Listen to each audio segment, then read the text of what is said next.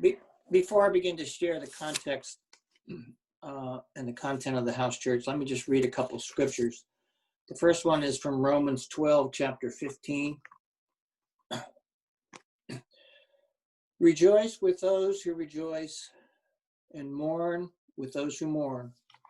And then from Galatians 12, 15.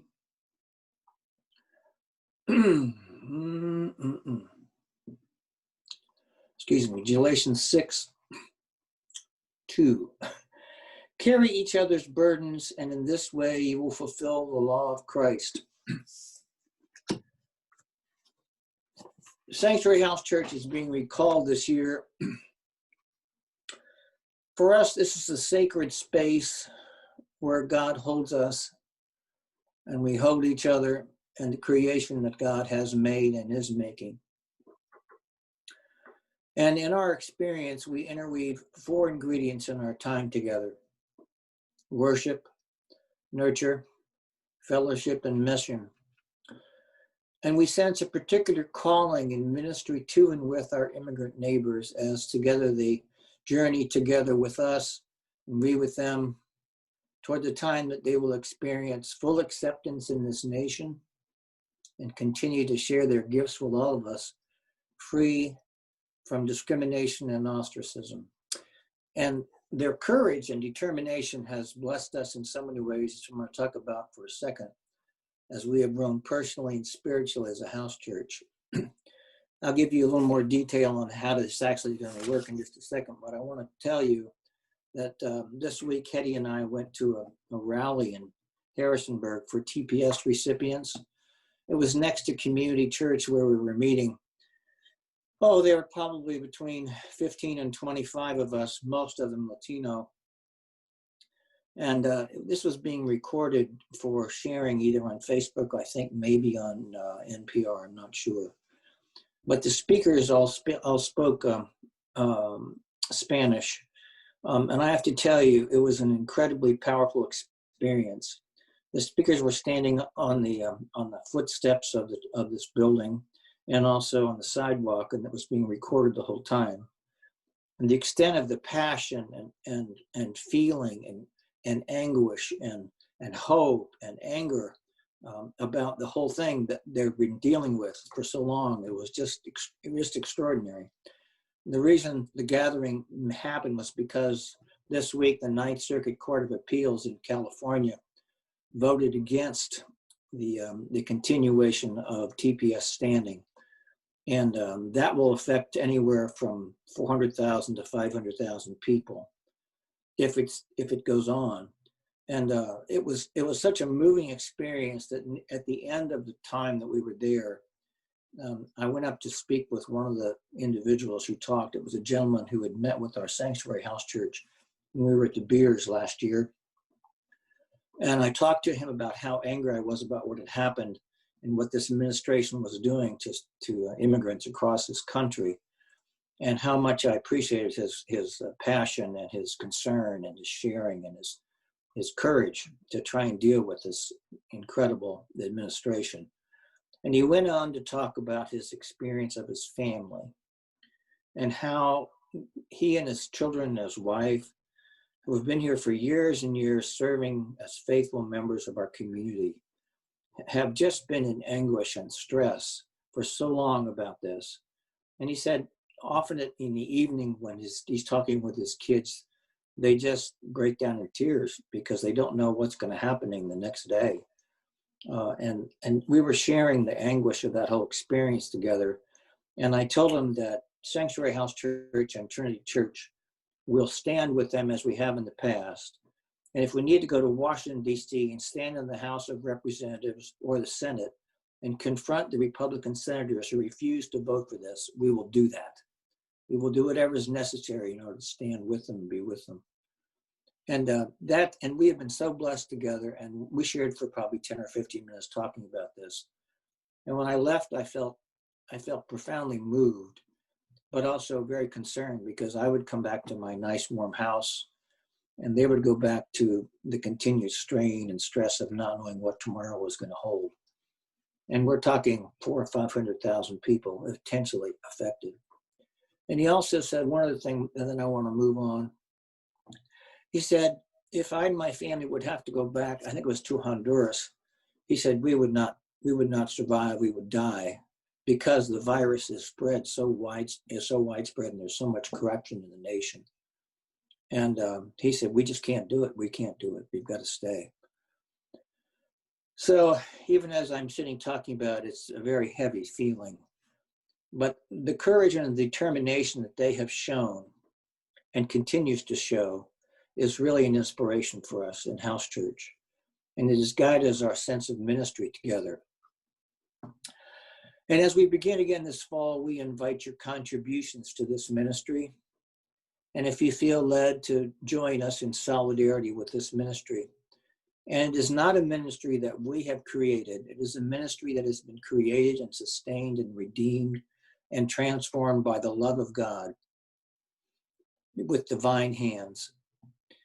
We first gather for our first meeting on the 7th of October at 8 o'clock on Zoom, and Bill Reinhold is coordinating that. And this will be in the notice that comes out from Trinity. And you can contact Bill if you have questions and interest to receive the login code for that meeting. And the time and frequency of the meetings to go ahead is sort of up to those who are there. But we really invite you to share in our sacred journey together as the disciples of God in the world. And if you need more information, feel free to let us know. I could share more, but I'd be around here a long time. Thank you very much. Well, I am speaking for Reaching Out House Church. My name is Pat Wingo, and I first will read a little passage from John's first letter, the 4th chapter. And this whole passage is full of the same message. Beloved, if God so loved us, we also ought to love one another. And later on, we love because he first loved us. About 20 years ago, there was a movie out. It was called Passing It Forward. Some of you may have seen it. In the story, a young boy, perhaps about 12 years old, introduces the idea of passing on the love and kindness received to others. And he tried to do this himself. The thing is, we don't have to ourselves receive any special love or act of kindness to be able to pass the love of God on to others. And Reaching Out House Church tries to do that. We try to assist Trinity's Pastoral Care Committee. And when we happen to have a person like yourself who is our pastoral care person, or we try to send out cards and phone calls to people that need special attention. Eventually, we hope we can do visits. Right now, we can't do that. We meet monthly, twice a month, on the 2nd and 4th Wednesdays at 10 a.m. by Zoom. We worship together. We share our concerns and joys. We encourage each other in our mission. We have a nurture time. Right now, we're studying in the book of Romans. You can be involved with us in our mission, or you can even just visit our meetings. You can call Judy LaPera, who is the host for our Zoom meetings. Her phone number is 433-2024 to receive an invitation by email on Wednesday mornings, on those Wednesday mornings. or you could contact me at 437-8722. We welcome your presence at our meetings and we welcome new members. And thank you very, very much. Rebecca, I was so pleased to hear in the opening prayer discussion or a mention of hearts and hands, because I'm pleased to recall right now Trinity's Hearts and Hands Prayer Shawl Ministry as a Marks group for another year. Since Hearts and Hands was formed a number of years ago, we've provided over 100 beautiful shawls to persons who have needed comfort or celebration in their lives. And we've recently begun preparing shoe boxes, happy boxes, and joyful jars to bring cheer to persons who may have already received a shawl, but are in need of continued love and blessing.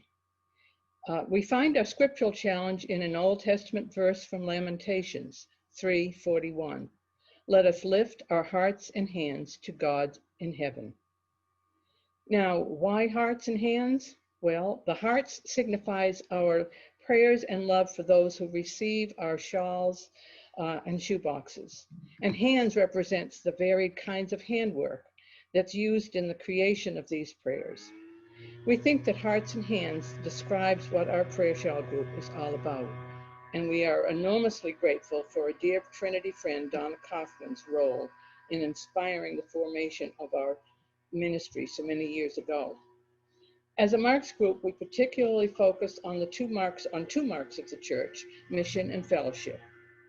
Our commitment to mission occurs in this way.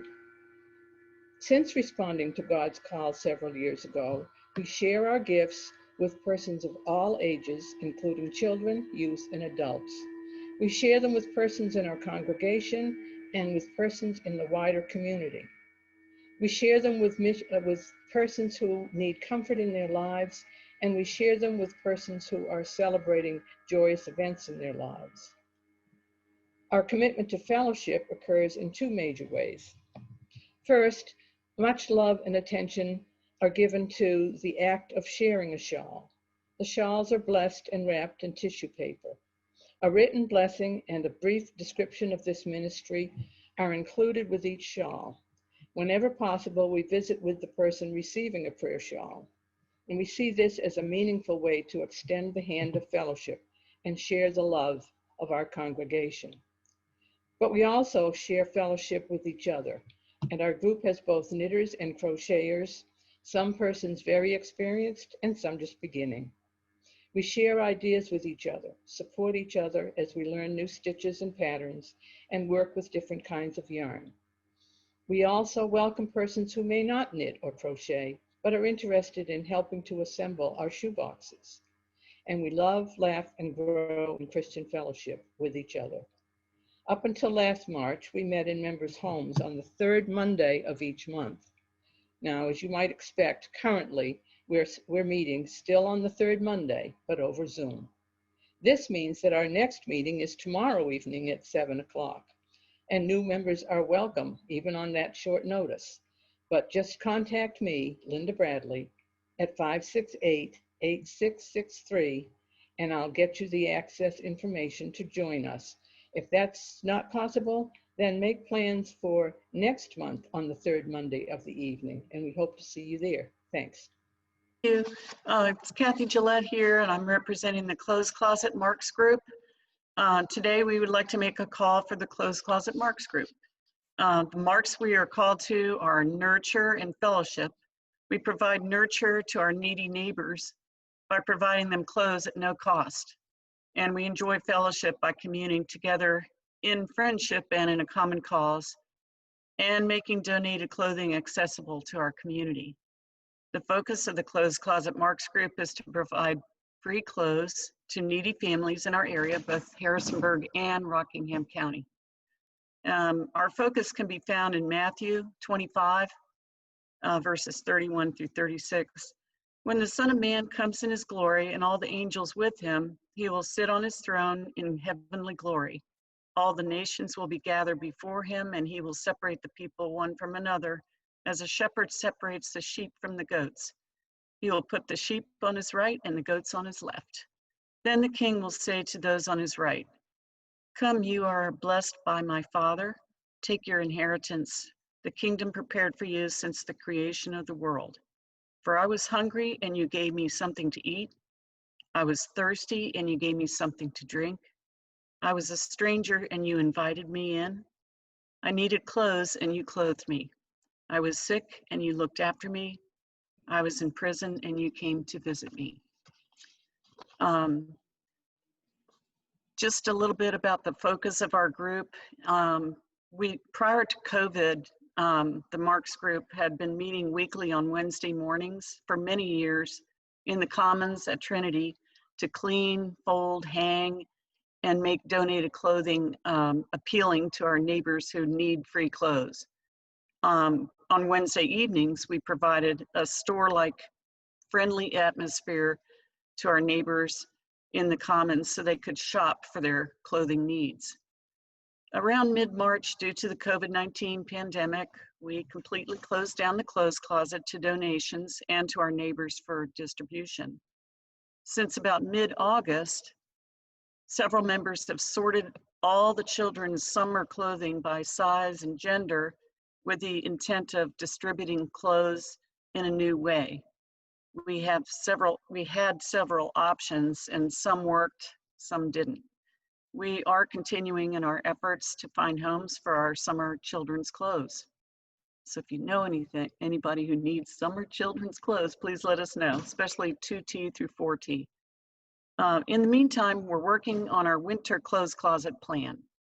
We hope to provide an online request form for customers and to make the website available to all agencies which refer our customers to Trinity's Clothes Closet. It's a work in progress, but we do intend to start meeting very soon to work on clothes separation. We will be working with a more limited number of members at any given time while we're on site at church, so we will be able to socially distance ourselves.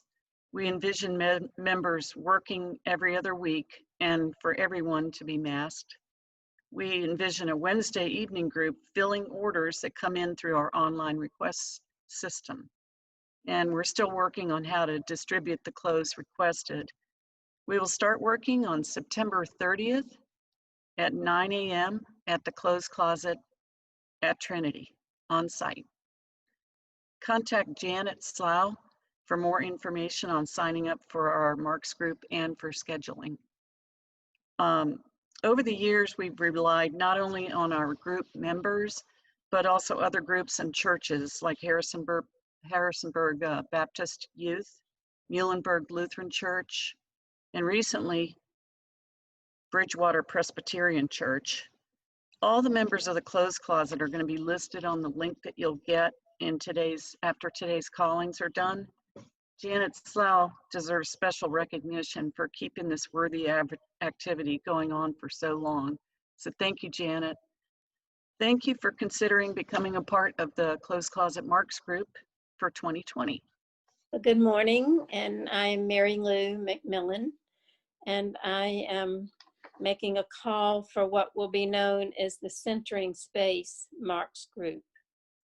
In Romans 12:9-13, we read, "Let love be genuine, hate what is evil, hold fast to what is good, love one another with mutual affection, outdo one another in showing honor. Do not lag in zeal, be ardent in spirit, serve the Lord. Rejoice in hope, be patient in suffering, persevere in prayer. Contribute to the needs of the saints, extend hospitality to strangers." And in Psalm 46, "Be still and know that I am God." Trinity has always been a congregation focused on God's call to us in this time and place. So this is deep in our DNA. We've always emphasized the need for an inward-outward journey. The mission and social activism that we do is fueled by our theological commitments, but it is work that can't be sustained or find full life and expression unless it is grounded in body, soul, mind, and spirit in the love of God.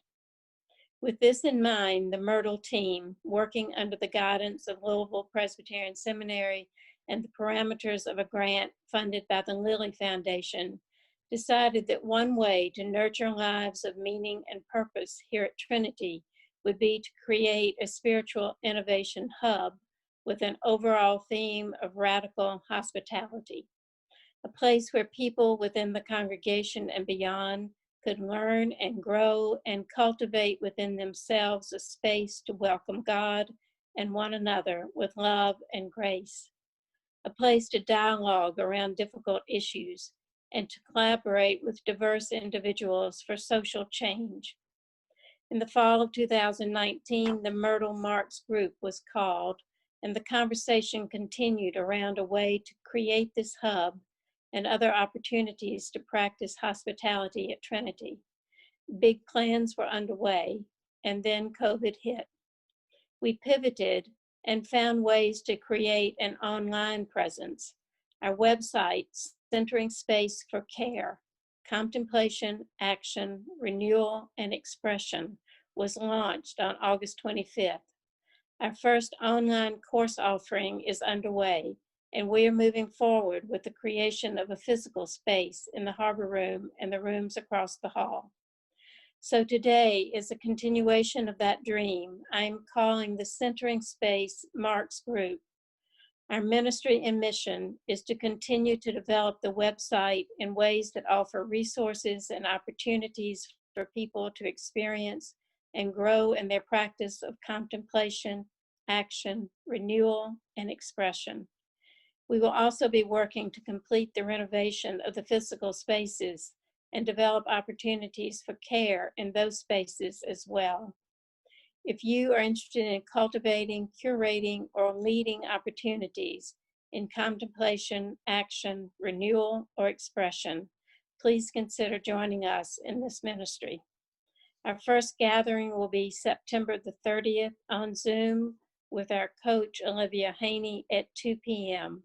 If you're interested in joining us, please respond to Mary Lou McMillan at maryloumc1@comcast.net or text me at 540-820-5927.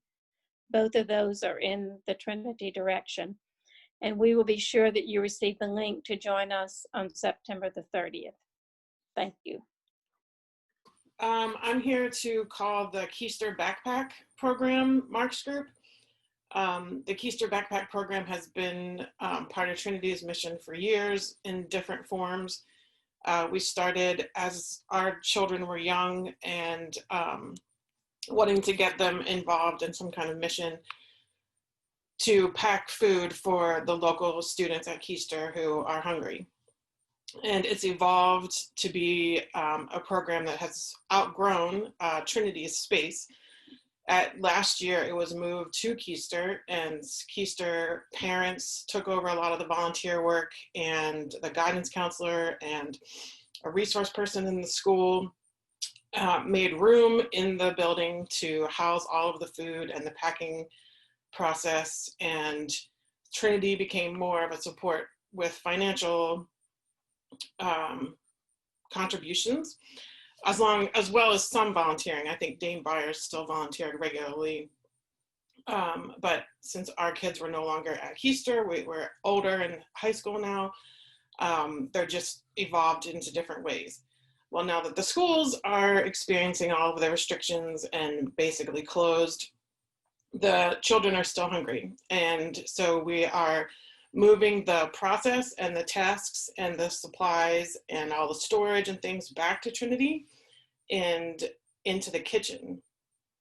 So we are still packing food every week. The current schedule is Wednesdays, and the volunteer times are about 11:30 to 2 o'clock every Wednesday.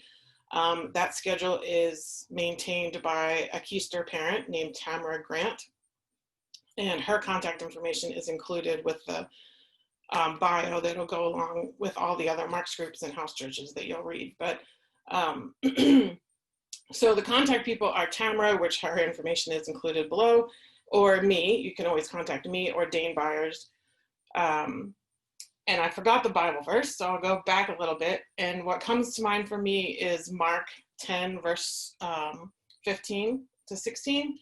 It's called, "Let the little children come to me, and do not hinder them, for the kingdom of God belongs to such as these.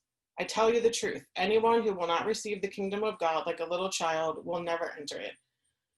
Just makes me think that children are so important in our world and in our future, and I just feel very strongly that we are here to take care of them in any way that we can. So I'm so grateful that we're able to continue this mission in feeding children. We are feeding at least 30 children every week.